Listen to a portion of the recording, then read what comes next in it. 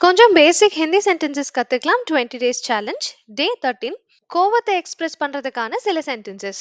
மரியாதையா பேசு, தமீஸ் से बात करो. மரியாதையா பேசு, தமீஸ் से बात करो. முட்டாள்தனத்தை நிப்பாட்டு, बकवास बंद करो. बकवास बंद करो. முட்டாளா நீ, बेवकूफ हो क्या? बेवकूफ हो क्या? வாய மூடு, चुप करो. चुप करो. அதிகமா பேசாத, ज्यादा मत बोलो. ज्यादा मत बोलो. இது என்ன முட்டாள்தனமா இருக்கு? ये क्या बकवास है? ये क्या बकवास है? உன்கிட்ட பேசுறது வேஸ்ட். तुमसे बात करना बेकार है. तुमसे बात करना बेकार है.